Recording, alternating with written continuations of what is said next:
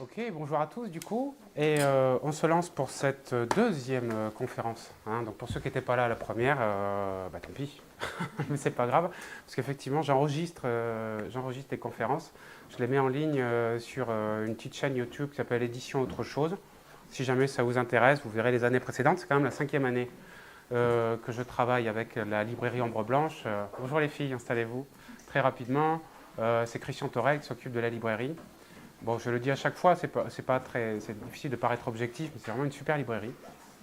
Et voilà, super bien placée, c'est une espèce d'agora. Moi, j'ai toujours vécu cette librairie de manière un peu particulière à Toulouse. C'est une librairie qui a une certaine histoire, hein, et qui est portée par Christian Torel.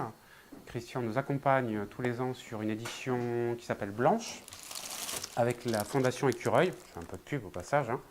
Effectivement, on a une structure éditoriale. On publie 3-4 bouquins par an, pas beaucoup, hein, comparé je sais pas, à d'autres éditeurs qui sont un peu en surchauffe permanente. C'est un peu le problème d'ailleurs. Alors, je ne sais pas si c'est. Le thème du jour, c'est la politique. Donc, en fait, comme on disait en 68, tout est politique. Ça veut dire que je pourrais potentiellement avoir envie de faire des connexions un peu permanentes. Mais pourquoi je dis ça? Parce qu'un des problèmes de l'édition, à mon avis, c'est la surchauffe aujourd'hui. Il y a trop de livres, à mon avis. Mais de manière générale, je vous dirais volontiers qu'il y a trop de trop. Hein, et je ne sais pas, mais c'est peut-être déjà une parole un peu politique, vaguement politique, mais ça, c'était un propos, et j'ai pas, voilà, c'est un propos qui était vachement défendu. Je l'ai pris dans un bouquin de Jean-Baptiste Farkas, avec qui on a bossé, qui s'appelle Ikea Service, et Retour d'usager, un projet très très particulier sur lequel on a travaillé, qui était super. Et Jean-Baptiste Farkas a une phrase comme ça très forte, il dit plus de moins. Je trouve que c'est une très belle phrase. Il dit il y a trop. Il y a trop d'artistes, il y a trop d'expos, il y a trop de livres, il y a trop. Et par ailleurs, c'est vrai qu'il y a beaucoup de déchets. Et potentiellement, peut-être un acte politique, par exemple. On le verra un peu tout à l'heure avec la grève, sur quelques images. Des artistes, par exemple, qui font grève. Mais qui font grève, par exemple, ils sont invités à faire une expo, ils font rien. Et ils disent que ce rien, c'est une partie de... Bon, c'est déjà des trucs un peu particuliers, hein. Mais c'est déjà une manière d'être dans cette espèce d'acte peut-être discret, par ailleurs, dans la retenue. Bon. Alors je prends quand même mes fiches parce que ça serait bien que je ne dise pas trop n'importe quoi. Je vous propose donc le deuxième temps aujourd'hui sur la question du livre d'artiste et de la politique. Je ne vais pas revenir sur tout ce que j'ai déjà dit sur la fois précédente, mais je pense que ça infusera de manière un peu générale dans ce que je pourrais indiquer aujourd'hui. L'idée aujourd'hui, c'est d'être un peu plus sur le temps contemporain. Ce que j'ai indiqué la dernière fois, donc il y a un mois à peu près, c'était d'essayer d'envisager la politique sous tous ses angles, et notamment en partant du principe que la politique n'est pas nécessairement ou pas exclusivement dans le thème, dans le contenu, dans le message, comme on dirait.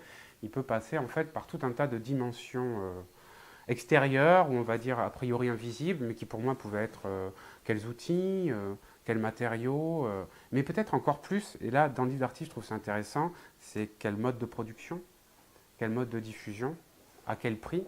Voilà, c'est important à dire puisque, vous le savez peut-être, dans l'histoire du livre d'artiste, il y a deux temps.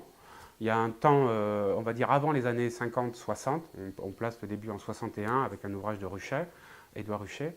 Et le temps d'avant, à mon avis, c'est le livre que vous connaissez. C'est le livre d'artiste au sens où un poète, un peintre, par exemple, très beau livre, etc., mais des livres très coûteux, à diffusion minimale, etc. À partir des années 60, on invente un nouvel idéal du livre d'artiste, qui est de dire, déjà, il n'y a pas un peintre ou un poète, un poète et un peintre, pardon, il y a un artiste, tout seul, par ailleurs, parfois en collectif, mais la plupart du temps tout seul.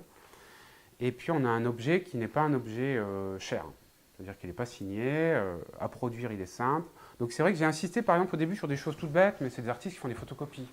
Hein, on n'imaginerait jamais ça à la fin du 19e. Déjà parce qu'il n'y avait pas de photocopieur, mais il y avait l'imprimerie, bon. Mais aussi parce qu'on était dans un autre idéal, on était dans une autre utopie ou dans un autre contexte. Donc voilà, ça c'est un peu, vous voyez, des dimensions un peu déplacées. Qu'est-ce que c'est que faire un livre, à qui on le diffuse, à quel prix? C'est des choses qui, à mon avis, sont largement aussi importantes que le fait de parler de Karl Marx ou d'autres choses. Par ailleurs, en tout cas, de défendre un point de vue politique. Voilà. Alors, je crois qu'on avait terminé là-dessus. Eric, je ne sais pas si tu te rappelles, mais je sais. Je crois qu'on avait terminé là-dessus la dernière fois. C'était un ouvrage de Didier Bey qui s'appelait Un si beau jour. Ça pourra faire connexion éventuellement avec ce qui viendra par la suite. Bon, j'ai qu'une image, je crois. Ouais, j'en ai qu'une. Un si beau jour. Et j'ai que la couverture. Mais c'est pas très grave. Celui-là, je ne l'ai pas. Parce qu'une des chances donc, du livre d'artiste, je dis, bon, moi j'ai une collection de livres d'artistes qui m'a coûté pas grand-chose en fait. Hein. C'est 10, 15, 30 euros maximum par bouquin. Je dois en avoir une centaine, peut-être 200, ce qui est très peu hein, finalement par rapport à d'autres collectionneurs. Mais ça m'amuse en fait aussi de pouvoir être dans ce plaisir de la lecture et de la relecture. Donc celui-là, je ne l'ai pas, à mon avis, il doit être épuisé. Mais donc Un si beau jour, c'est très simple. C'est un ouvrage quasi sociologique. Donc c'est un artiste qui va se pointer au but de Chaumont un dimanche et qui va photographier méticuleusement les mariés en train de se faire photographier. D'accord ? Et qui d'ailleurs, vous le voyez, bon, c'est que la couve, mais le livre est vraiment un peu de ce type-là en termes de mise en page. C'est-à-dire que vous avez une composition un peu d'album photo, quoi. Donc il y a une pointe d'ironie quand même. Hein. Il y a une pointe d'ironie puisqu'il s'agit de donner l'impression d'un album de photos. On est dans un livre d'artiste. Et, en fait, bien entendu, de donner déjà par la mise en abîme, par la démultiplication du motif et surtout par la dimension extrêmement, j'ai envie de dire, pas seulement cliché, mais extrêmement codifiée.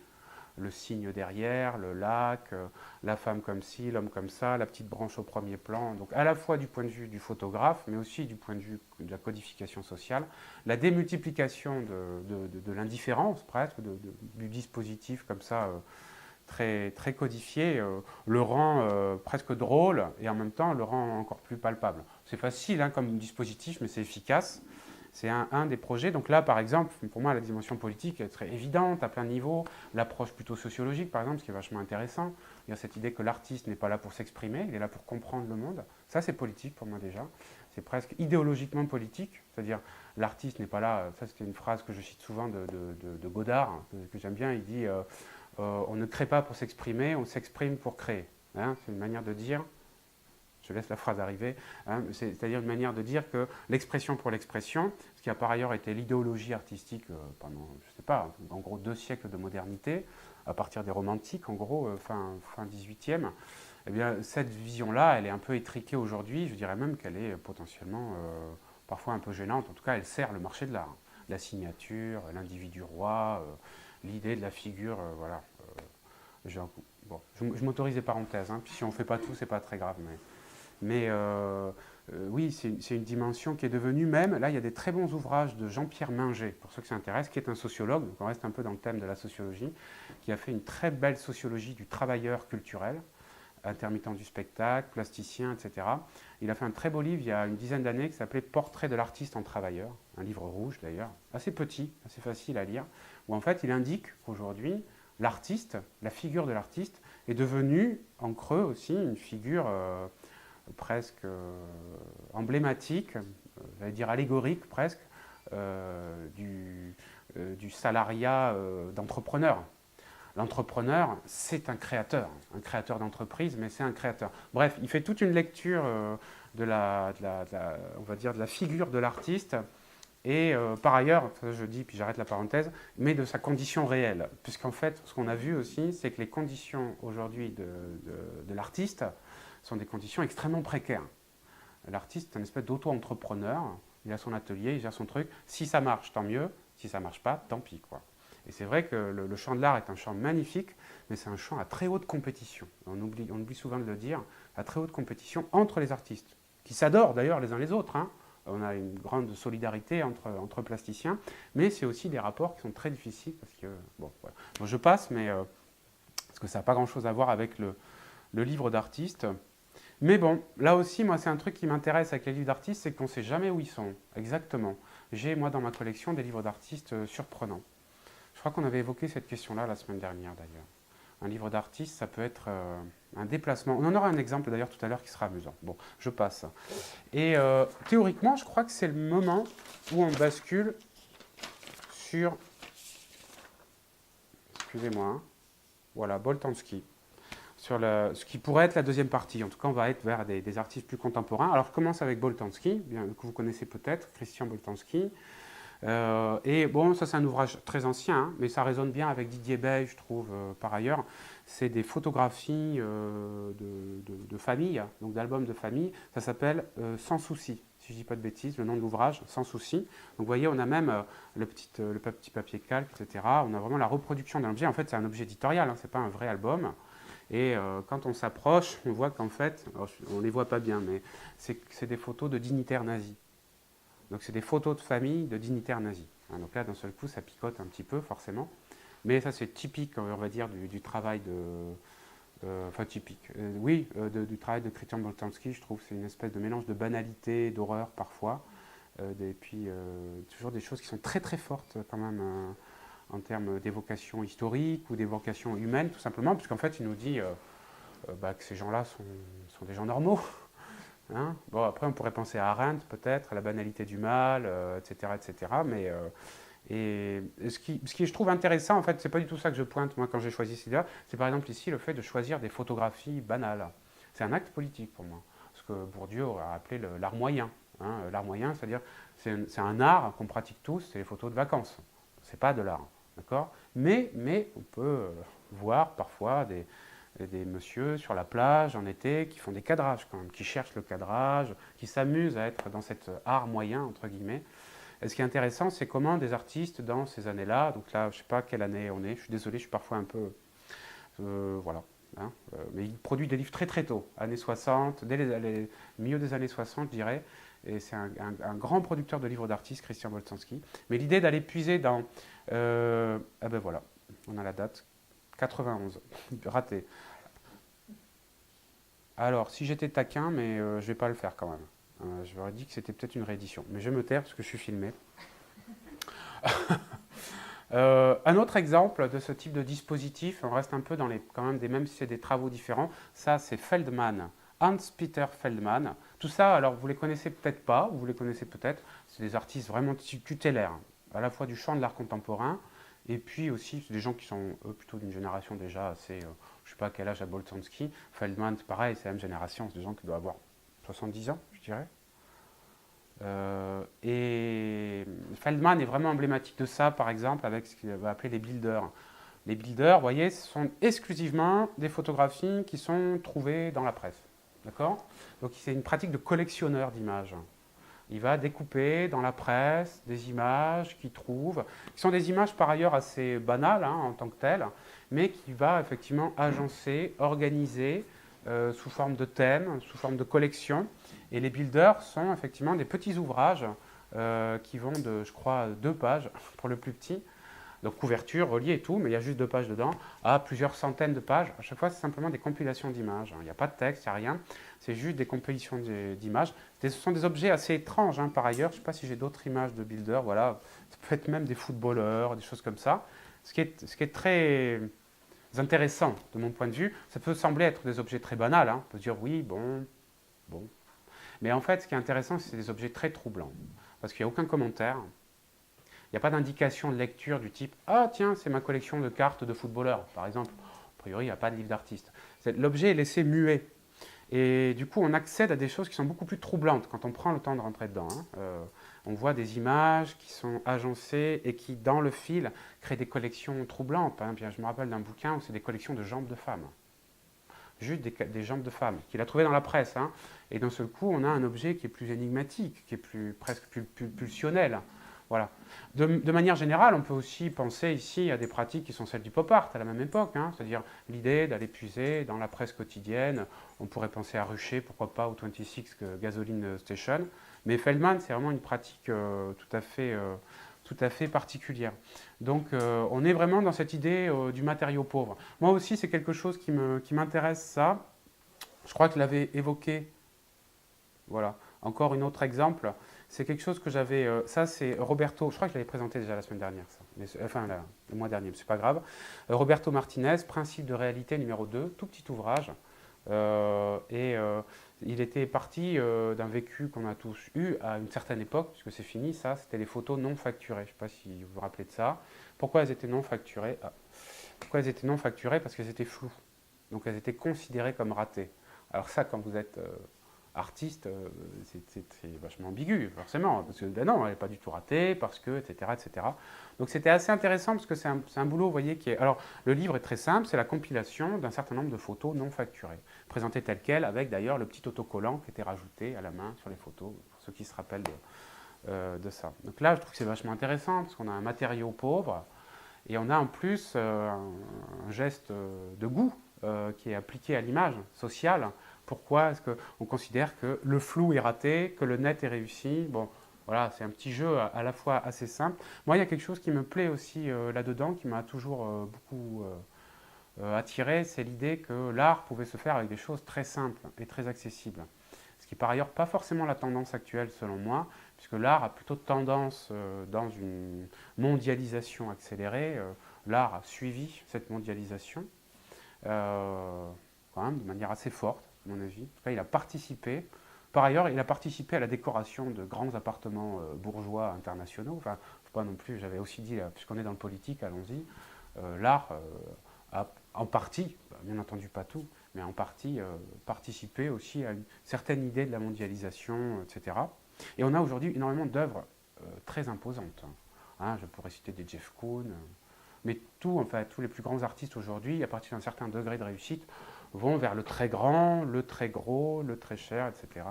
Et donc j'avais un ami qui m'avait dit, il y a déjà une bonne vingtaine d'années, il m'a dit « Ah, mais c'est marrant, parce que c'est quand même des œuvres qui interdisent l'accès. Enfin, c'est des œuvres qui sont très belles, très spectaculaires, mais qui indiquent clairement au spectateur, tu ne peux pas le faire. » Voilà. Et on pourrait regarder l'art au XXe siècle en disant, ah mais attends, il y a plein d'autres artistes qui ont dit, tu peux le faire. Et qui ont inventé des processus très simples, et tout le monde peut le faire. Voilà. Et dans une certaine mesure, est-ce que la plus belle invention, c'est pas de faire une grande œuvre extrêmement coûteuse, mais est-ce que c'est pas d'inventer un objet que tout le monde, ou un geste que tout le monde peut faire, hein? C'est des belles inventions, ça aussi, je trouve. Voilà. Peut-être c'est des idées qui pourront revenir au fur et à mesure des images que je montrerai au fur et à mesure. Ah, ça aussi, c'est pas mal. Ça, c'était l'ouvrage suivant. Principe de réalité numéro 3. Cette fois-ci, c'était des commentaires du photographe qui vous disaient cette photo mérite un agrandissement. Ah, donc là, c'est un peu le pendant de cet ouvrage. Roberto Martinez a fait énormément de livres d'artistes et j'aime beaucoup son boulot. Et je le redis, par exemple, le livre d'artiste, ça peut correspondre à ce que j'ai dit juste avant. Hein. Un livre d'artiste, c'est très facile à produire. J'en ai fait un il y a 2 jours avec mon petit garçon. On a pris des feuilles, on l'a plié, on a pris de la ficelle, on a fait 2 trous, on a fait une reliure, on avait un livre. Bon, c'était pas un livre d'artiste, c'était un herbier, parce qu'on était à la campagne. Mais pour moi, c'est très rapide un livre d'artiste. Mais bon, bref, tout ça pour dire que c'est très facile. Et aujourd'hui, on a accès à des imprimeurs à des prix aussi en plus très peu coûteux. Bon, ça c'était pour rebondir un peu sur l'élément d'avant. Bon, voilà, toujours pareil. Non facturé. Bon, je vais avancer et mon catalogue, bon, encore un autre principe un peu de matériaux pauvres, très pauvres, mon catalogue, typique aussi, moi, des ouvrages que j'aime beaucoup de l'époque, j'allais dire presque plus comique, de Claude Kloski. Est-ce qu'il est sur la couverture? Non. Et est-ce que j'ai son nom quelque part? Non plus. Alors je vous le montre pour ceux que ça intéresse. Claude Kloski. Voilà pour son nom, artiste plasticien. C'est pas sa photo du tout. Et dommage, hein? Dommage. C'est un malin Claude. Claude, que je vous montre sa photo. Voilà. Oh, il est pas mal non plus. Hein? Enseignant Beaux-Arts de Paris. On a fait un boulot avec Claude. Bon, je ne l'ai pas amené. Un livre d'artiste. Ça, c'est un ouvrage plus ancien, mais je vais arrêter de donner des dates, hein, du coup, parce que je suis vraiment filmé, je ne me rappelle plus. Et ça s'appelle Mon catalogue. C'est assez simple, en fait. On ne va pas tout lire, parce que ça fait, je ne sais plus combien de pages. En fait, il décrit l'ensemble des objets qu'il possède. Donc, c'est vraiment une collection, à nouveau, hein, une collecte. C'est une description de tous les objets. Alors, je ne sais pas si on peut en prendre un. Équipé d'un tube d'économie d'énergie, ma lampe fluo me procure un éclairage d'ambiance très agréable et durable. Sa poignée articulée me permet de le transporter facilement et de me déplacer sans risque. etc., etc., etc. Donc moi, ça me fait marrer, hein, perso, parce qu'on sent le type qui fait son journal intime, mais qui absurdement est complètement soumis à une espèce d'efficacité, puis il est heureux de sa lampe torche fluo, etc. Donc on sent bien qu'au fur et à mesure des dizaines de pages, l'ouvrage va compiler l'absurde et l'inutile. Ça, c'est hyper d'actualité pour moi encore. Alors l'ouvrage est ironique, donc l'engagement est encore dans une espèce de posture, je trouve, qui est un peu, pas ambiguë, mais enfin, qui peut être lue de différentes manières. Mais il y a quand même une dénonciation comme ça, un peu joueuse. Surtout, je vous dis, l'ouvrage est très conséquent. Et ça, j'adore ce boulot-là. Alors, j'ai mis encore dans matériaux pauvres, mais je pense qu'on est déjà dans quelque chose qui est pour moi plus ambitieux. C'est un artiste qui s'appelle... alors, je crois que j'ai pas encore l'autographe, donc on va faire comme ça. Jean-Luc Moulaine. Vous connaissez peut-être ou pas. Si on connaît un peu l'art contemporain, on connaît. Et le voilà, Jean-Luc, si vous voulez l'orthographe. Il est à la galerie Chantal Crouzel, une galeriste, je suis filmé encore, qui visiblement est assez insupportable, avec une grosse galerie parisienne, vraiment une grosse galerie quand même, et qui a par ailleurs des artistes super. Il y a Orozco là-bas, que j'adore, Gabriel Orozco, qui est un dieu vivant pour moi, un artiste que j'affectionne énormément. Jean-Luc Moulin également, mais peut-être pour d'autres raisons. Alors ça, c'est un projet un peu particulier dans sa production. Je vous fais passer quelques vivre et travailler autrement. Des petits souliers. Ah, c'est normal. On passe au dossier numéro 2. Voilà, celui-là, je l'aime bien aussi. Chômageopoly. Alors, je vous donne tout de suite le truc, c'est plus rigolo. En fait, c'est des objets de grève. C'est-à-dire que c'est des objets qui ont été produits pendant des périodes de grève. Ce qu'on peut appeler peut-être, je ne suis pas sûr que ce soit le bon terme, là, dans ce cas-là, c'est la perruque. La perruque, dans le mode de la production, c'est par exemple, vous allez utiliser la photocopieuse de votre lieu de travail pour faire des photocopies personnelles. Ou vous allez utiliser la machine à faire des t-shirts de vos lieux de boulot pour faire vos t-shirts du week-end, etc. Ou pour faire ici des temps de lutte, c'est-à-dire pendant des temps de lutte, de grève, etc. Il va y avoir des productions d'objets insolites qui à la fois permettent de faire des sous, etc. etc. Et donc parfum de solidarité, touche pas à mon emploi. J'ai plus les entreprises exactes, vous voyez, on va avoir ici vraiment le petit dépliant de probablement du syndicat, en tout cas du collectif. Alors celui-là j'aime beaucoup aussi, le Herald Tribune. Un retoucheur ayant subi une compression d'horaire se mit en grève de retouche et par solidarité, les photograveurs ne gravèrent point. Et on a le Herald Tribune avec les images vides. C'est magnifique. Hein. Moi, un artiste aurait même pas pu trouver... Enfin si, il aurait pu. Il n'aurait pas pu le faire. Mais là, je trouve ça très très beau. C'est quasiment une œuvre d'art contemporain involontaire. Bon. Parce qu'en fait, l'objectif ici de cet artiste, de Jean-Luc Moulin, c'est de compiler d'abord cette histoire-là. Donc il est à la limite de la fonction d'artiste ici. Mais c'est quand même un boulot d'artiste, puisqu'il y en a eu des éditions, et donc des livres d'artistes, qui s'appelaient Objets de grève. Mais il y a aussi l'idée de recueillir une mémoire fragile, qui est la mémoire des luttes. Voilà. Là, on est quand même vraiment dans une question à la fois artistique et politique, puisqu'on a une forme, on a des objets, mais on a aussi des gestes, des processus, ce que j'ai appelé la perruque, ce qui est pour moi un geste artistique, a priori. Hein, c'est un geste, mais c'est en même temps un geste pas vraiment artistique, c'est un geste de résistance aussi, ou un geste de loustique, au choix. Hein. Voilà, c'est un peu les deux. Là, ici, c'est un geste de résistance. Mais on peut considérer aussi que dans des... Moi, je vais avoir une approche un peu forte aussi des rapports de travail.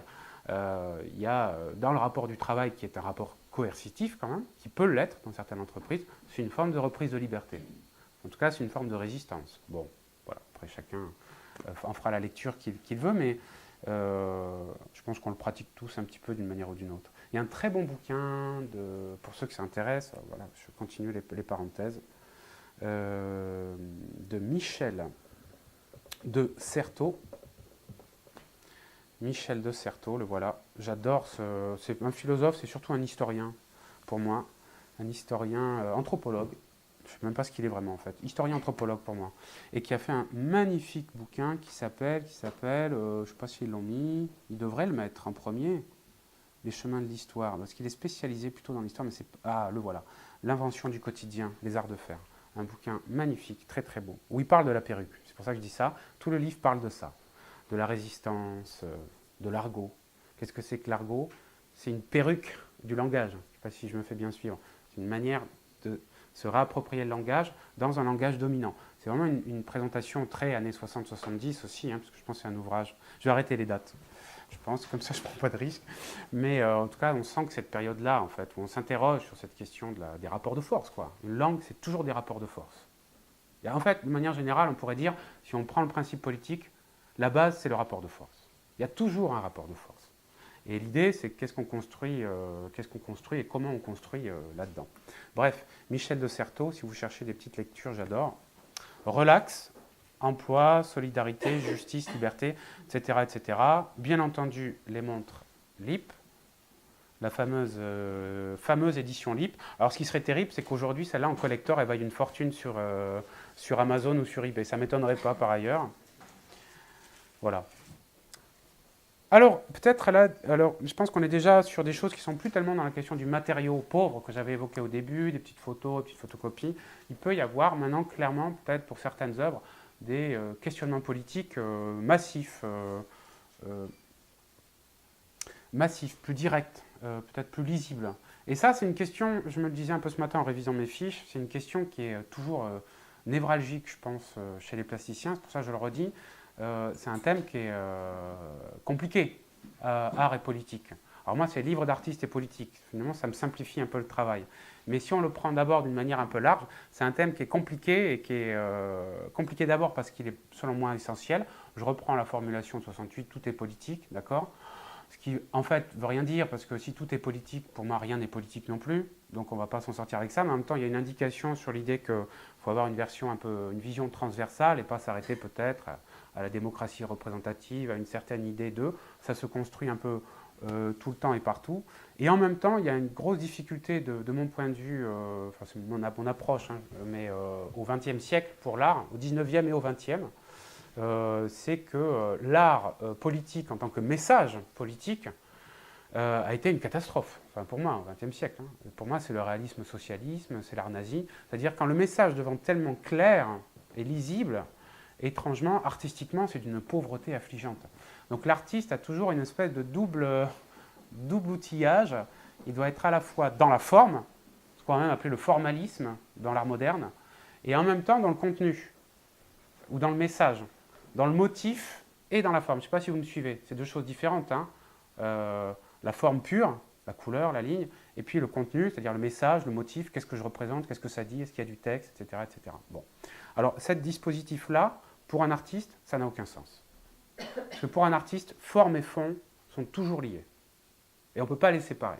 Alors ça, c'est un truc très particulier qui fait qu'en permanence, ça va obliger à des positionnements et ça va obliger à se positionner. Voilà. Là, par exemple, une œuvre de Maurizio Nanucci, un artiste que j'aime beaucoup également, artiste italien.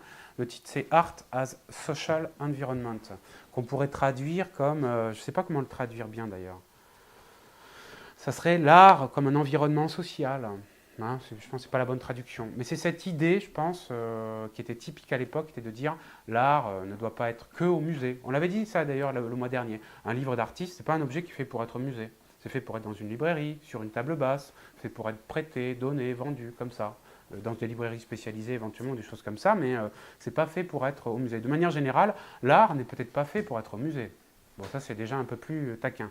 Mais l'art pourrait se situer de manière plus élargie. Là, il y aurait plein de trucs à dire, mais ça va correspondre à plein de pratiques artistiques. Hein. Des gens qui vont dire, moi j'en ai marre, le musée, en fait, c'est un lieu de pouvoir, on y revient, c'est un lieu de pouvoir, je suis soumis à l'institution, je suis soumis au commissaire, qu'est-ce que je fais, comment je pratique, etc. Et on ouvre le champ, puis on va pouvoir interroger ça. Bon, bref, ça en fait, c'est un livre tract. Je ne sais pas si vous voyez les petits points, en fait, c'est un livre qui se décroche. Hein, donc chaque page est faite pour être décrochée. Ce qui est déjà quand même assez... Je trouve de se dire qu'on va faire un livre pour que le livre disparaisse, c'est déjà pas mal. Hein. Ça veut dire que vous voyez comment l'objet éditorial perd toute sa fonction oratique et commerciale, puisque le but du livre, c'est qu'il disparaisse. Et qu'il disparaisse dans quoi ? Dans le geste de la transmission. Et la transmission elle-même, alors là, ça se mord un peu la queue peut-être, mais la transmission elle-même est là pour nous expliquer que l'art est fait pour être transmis, en fait. Que l'art est fait pour exister. Donc c'est un objet presque slogan, un peu tract, qui est là pour essayer d'interroger cette fonction de l'art lui-même en essayant de la mettre en pratique. Là, on a pour moi l'esquisse peut-être d'un livre qui est à la fois, vous voyez, dans le geste, dans la forme, mais en même temps dans le fond quand même, puisqu'on est vraiment sur de l'écriture et du texte, qui pourrait jouer d'une certaine manière à double niveau. Mais je le redis, dans l'absolu, tous les livres pourraient fonctionner à double niveau. Un autre objet éditorial un peu particulier, c'est un livre de Hans Hack.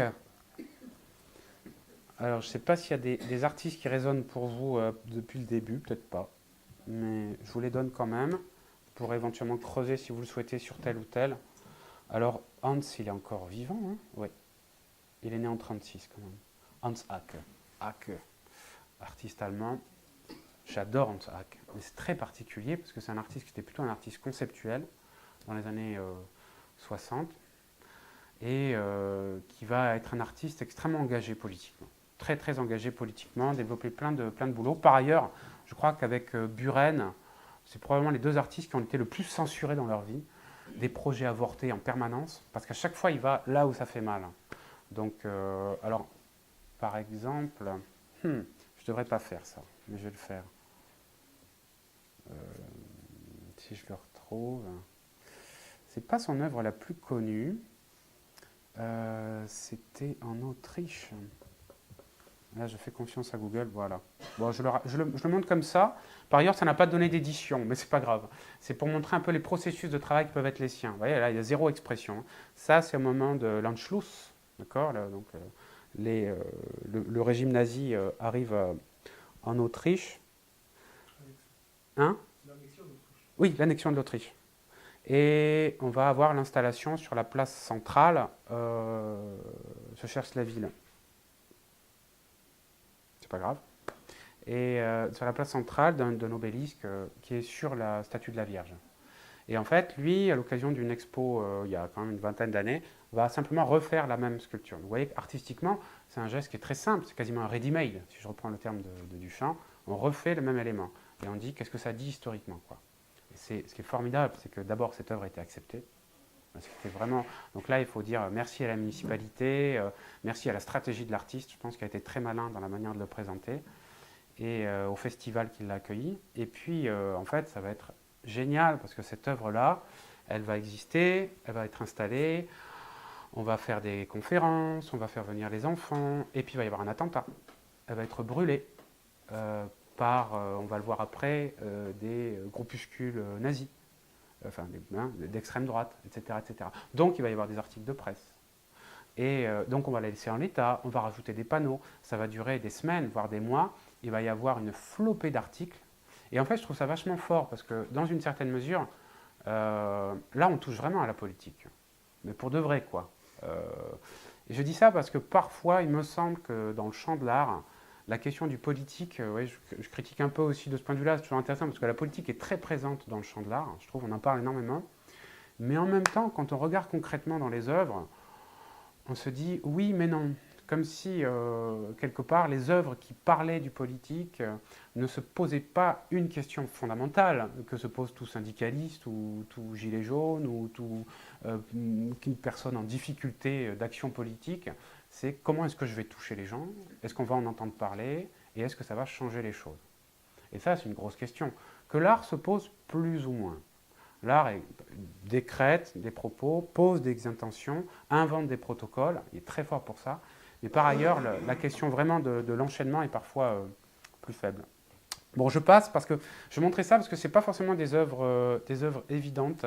C'est une œuvre donc qui a donné un livre et qui parle de Peter Ludwig. Donc comme très souvent chez Hans Hack, c'est une approche très précise. Peter Ludwig est un grand industriel. Le titre de l'œuvre, c'est Prailinen Meister. Mon allemand est vraiment médiocre, donc je ne vais pas chercher à...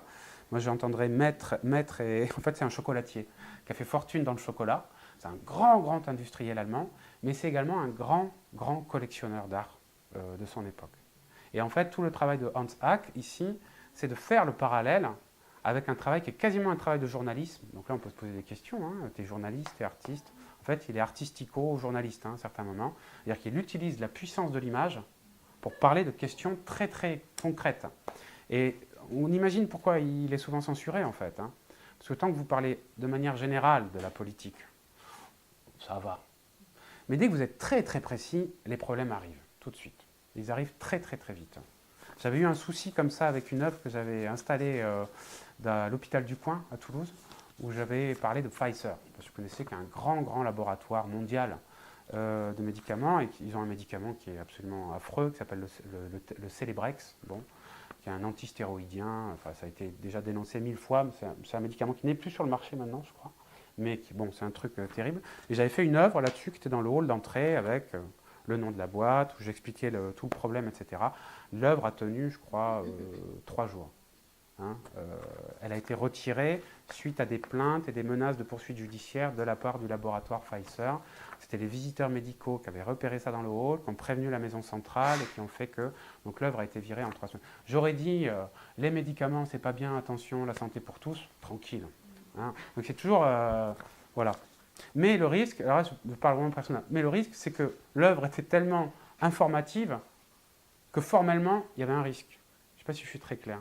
Hein, c'est-à-dire, elle pouvait devenir pauvre formellement aussi. Donc pour moi, c'était d'un seul coup une situation très complexe de se dire comment je vais être capable de jouer sur les deux, etc. etc. Bon.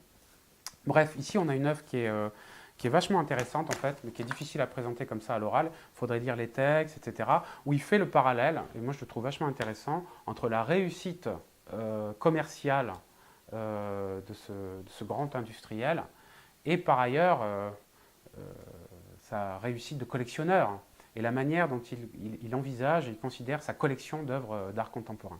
Comme si, quelque part, entre les deux, il y avait une sorte de parallèle à faire et à interroger sur la question de la manipulation de l'œuvre d'art, de sa fonction aussi parfois par le biais de telle ou telle fondation. Aujourd'hui, il faut le voir, on est abreuvé de fondations d'art contemporain. Et c'est un truc qui n'est plus questionné, mais qui a été questionné à une époque.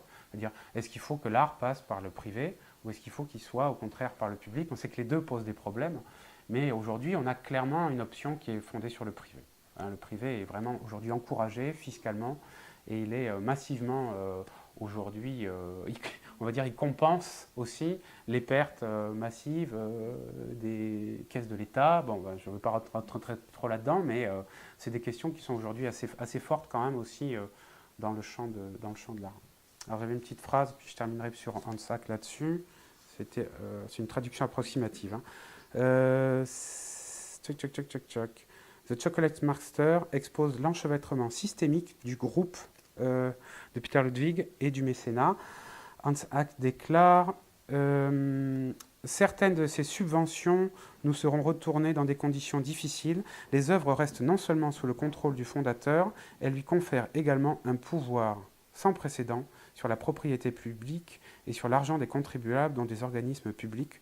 Le couronnement de l'ensemble représente alors des droits de succession de plusieurs millions de marques, abstraction faite des avantages fiscaux consentis de son vivant. Bon, bref, un travail qui est assez, même très engagé. Un autre exemple, Le Capital illustré aux éditions Un certain sens, Jean-Baptiste Gane. C'est un ouvrage beaucoup plus récent par ailleurs. C'est un ouvrage qui est assez intéressant. Moi, ce qui m'intéresse là encore, au-delà du... Donc on a des chapitres qui sont sur la tranche, je ne sais pas si vous les voyez, donc le procès de production du capital, section 1, chapitre 3, etc., etc. Moyen de... je crois que de circulation. Je vois qu'il y a des connaisseurs. Et ce qui est intéressant, c'est qu'il ne reprend que des chapitres. Bien sûr, il ne fait pas tout le capital. Hein. Par ailleurs, il n'a pas été achevé, je crois. Mais il va simplement faire le capital illustré, c'est presque comique, c'est-à-dire avoir une image qui va venir compléter, on va dire, éclairer presque de manière dialectique l'image. Et on va se retrouver ici effectivement avec une image de circulation, c'est-à-dire des gens qui circulent, des gens qui ont l'air sur une esplanade, il y en a un qui est immobile, d'autres qui bougent, etc.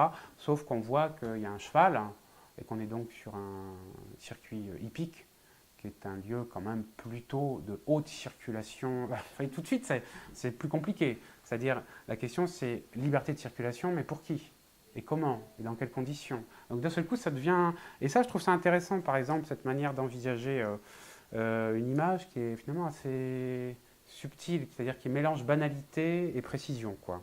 Et je crois que tout le livre se construit un peu sur ce mode-là, donc la machinerie et la grande industrie, voilà, puis on va voir toujours des petites images qui sont par ailleurs des images assez simples. J'essaie de voir si j'en trouve d'autres. Non, malheureusement, j'ai beaucoup de mal. Celui-là, je ne l'ai pas. Mais c'est intéressant de voir le livre aussi dans sa forme. Vous voyez, c'est un espèce d'objet portfolio, d'objet un peu comme ça. Portfolio avec tous les chapitres qui sont par ailleurs, vous voyez, indiqués les uns après les autres. Donc comme si la structure presque de l'index était en elle-même une œuvre à part entière. Bon, le dispositif, je trouve, est intéressant. Le contenu est forcément assez fort aussi par ailleurs. Alors, c'est pas forcément dans le bon ordre, c'est pas très important. Ça, c'est un ouvrage que je montre de temps en temps. Je l'ai trouvé à la collection de la médiathèque des abattoirs.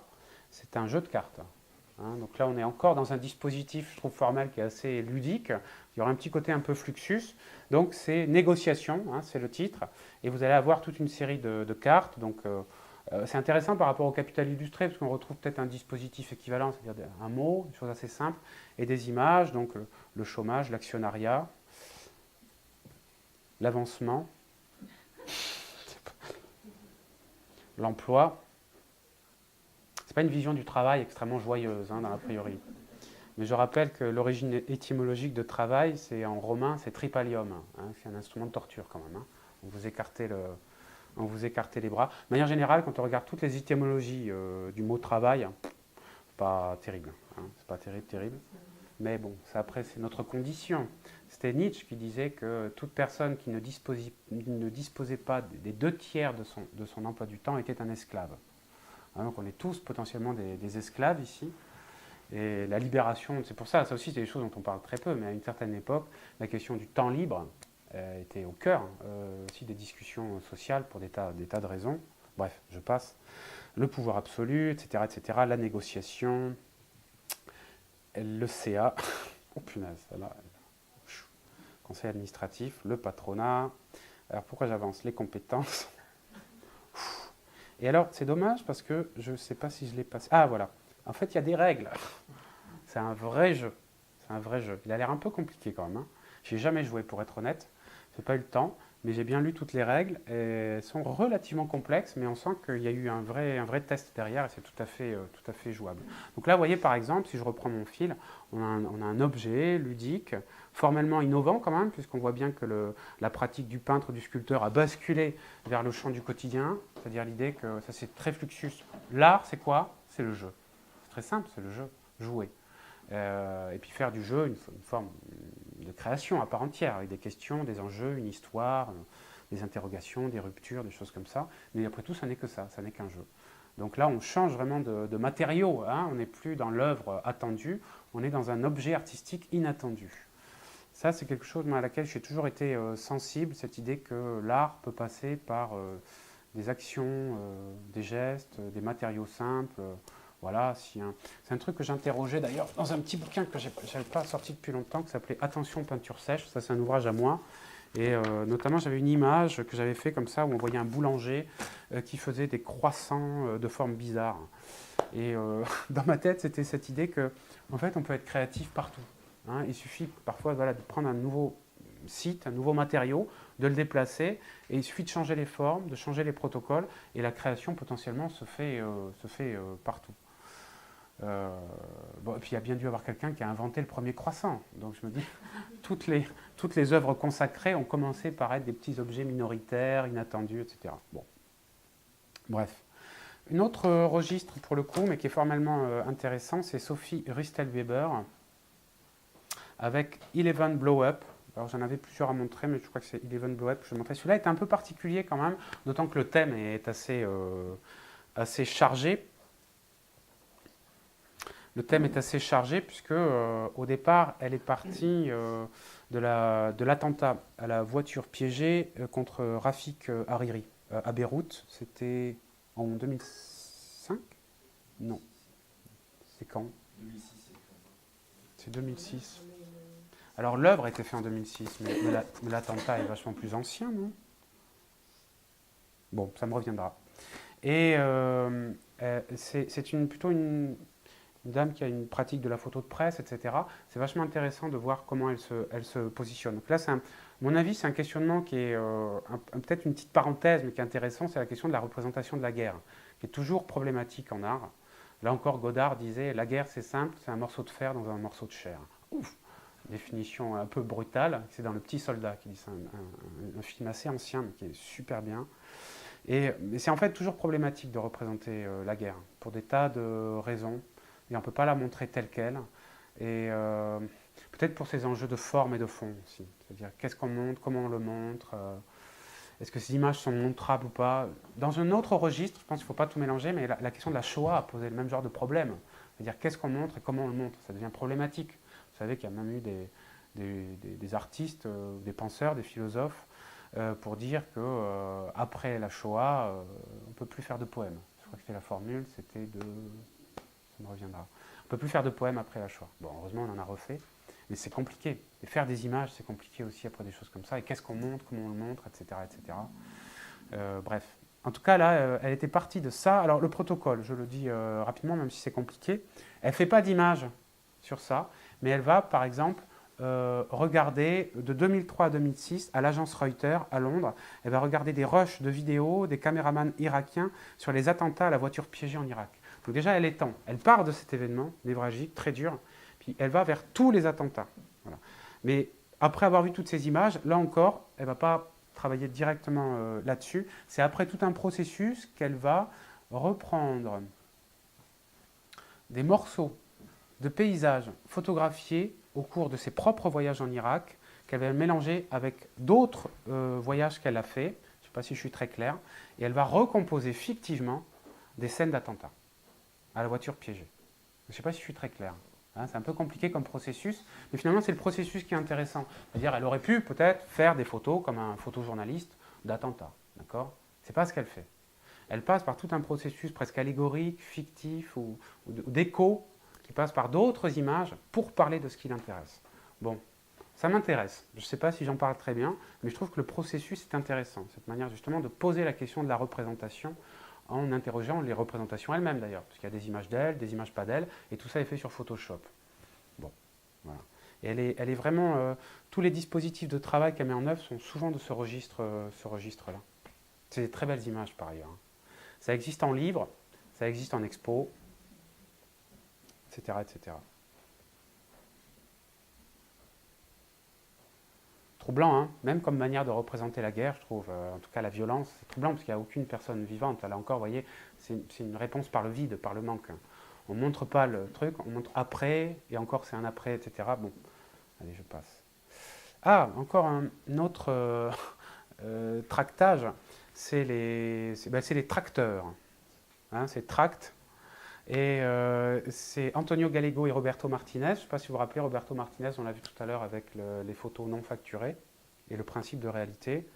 Là, ici, c'est un principe qui est intéressant à plusieurs niveaux, je trouve. Donc on est vraiment dans la question du politique et du poétique, par ailleurs.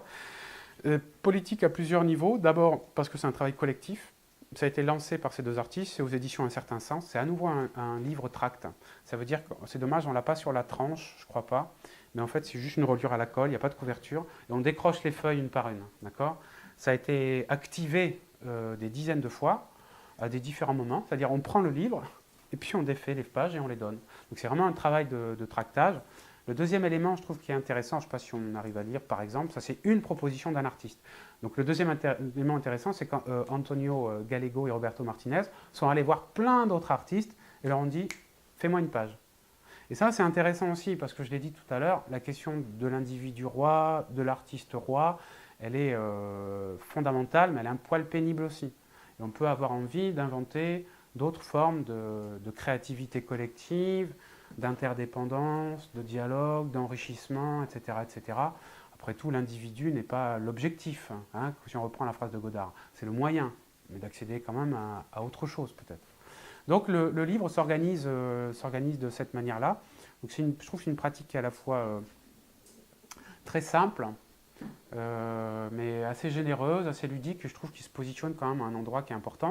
Et vous voyez, là, on a, je trouve, quelque chose qui est à la fois très formel et très poétique, très poétique et très politique, puisque ce sont vraiment des images qui vont déployer des lexiques très variables selon les artistes, selon les images qu'ils veulent effectivement déployer, dans une contrainte en fait qui est assez dure, hein, parce qu'il faut en une page, il faut arriver à proposer quelque chose qui soit assez fort, assez efficace, assez énigmatique parfois, surprenant, etc. Bon, il y en a des dizaines. Hein. Ah! Alors là, c'est un autre registre. Pourquoi je dis A? Parce qu'en fait, c'était un peu l'élément que j'avais en tête au tout début, bien qu'il ait une forme un peu particulière. Est-ce que je vais la voir après? Oui, je l'ai après, pardon. Donc c'est un ouvrage de Guy Debord et Asger-Jorn. Je ne sais pas si vous connaissez la figure de Guy Debord, qui est une figure un peu emblématique quand même. Moi, c'est comme une espèce de... Parce que j'ai dû lire La Société de spectacle, pour ceux qui connaissent cet ouvrage, ou le film. Alors, ceux qui ont vu le film, chapeau. Il faut tenir bon quand même. Et je ne sais plus combien il dure, mais... Et c'est un cinéma qui est très ennuyant quand même. Je ne sais pas si vous avez déjà vu le travail de Debord. Bon, bref, Guy Debord, c'est une figure un peu emblématique de ce qu'on appelait les situationnistes dans les années 60, qui était le prolongement des lettristes. Et c'était un groupe extrêmement engagé, y compris artistiquement très, très engagé. Donc je ne vais pas revenir trop sur la figure de Debord, mais elle est quand même très importante. Et elle retrouve un petit peu d'actualité aujourd'hui. Et c'est un ouvrage qu'ils ont fait à deux et qui s'appelle Mémoire, si je ne dis pas de bêtises, et qui compile, vous voyez, c'est des grandes doubles pages, qui compile deux types d'interventions. D'abord les interventions d'Asger-Jorn, ce sont les coulures qui doivent être faites en sérigraphie, si je ne dis pas de bêtises. Les coulures, les giclures, qui sont typiques du travail de Asger-Jorn, hein, avec tout cette espèce d'expressionnisme très fort de la peinture d'Asger-Jorn. Je peux vous montrer vite fait, comme ça on sait où on va. On est très très loin pour le coup de Hans Hack dans l'approche. Des images très, très brutes, très, très, j'allais presque dire un peu primitives, qui dans la société hollandaise résonnaient quand même de manière un petit peu enfin, ça piquait un petit peu quoi dans les années 60. Des choses très, très, très, très, très fortes. Alors après, là aussi, on pourrait les interroger politiquement, parce que Asger-Jorn était par ailleurs très, très engagé politiquement. Et puis, on va avoir des images et des textes de Guy Debord. Vous assistez à la projection du premier film raté. Donc ce sont des détournements. C'est intéressant aussi, parce que c'est une image qui n'est pas de Guy Debord, mais le texte est bien souvent de Guy Debord. C'est ce que les situationnistes vont appeler le détournement. Donc c'est intéressant parce que c'est un ouvrage qui est, vous voyez, très explosé, très explosif, un peu à l'image, je pense, du désir de transformation qui était celui de ces gens-là à cette époque-là. C'est-à-dire à la fois, je trouve, la puissance presque de fissure, de rupture, de ces giclées de rouge, de ces grandes lignes comme ça très agressives où on sent qu'il y a cette espèce de vie, de vitalité, de puissance de l'inattendu. Hein.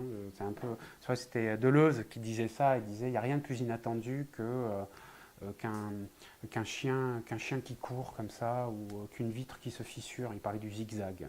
Il y a tout un texte sur le zigzag chez Deleuze qui est très beau, qui est par ailleurs assez politique aussi, je pense.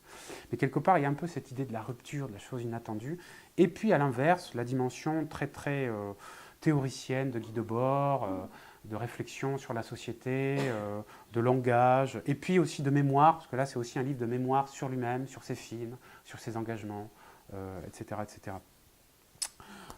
C'est un livre qui est très beau, et d'ailleurs, je ne sais pas si vous avez noté, puis je ne vais peut-être pas rester trop longtemps, mais la couverture est en papier de verre, hein, ce que je trouve est un geste très fort, parce que d'une part, c'est un livre qui est très désagréable à tenir, donc ça veut dire tout de suite, attention, ce livre va te faire mal, il n'est pas facile à saisir, c'est pas juste un gentil petit livre où tu vas t'interroger sur ta vie, sur la politique, je veux que ça te fasse mal, mais c'est aussi un livre qui fait mal aux autres livres dans une bibliothèque.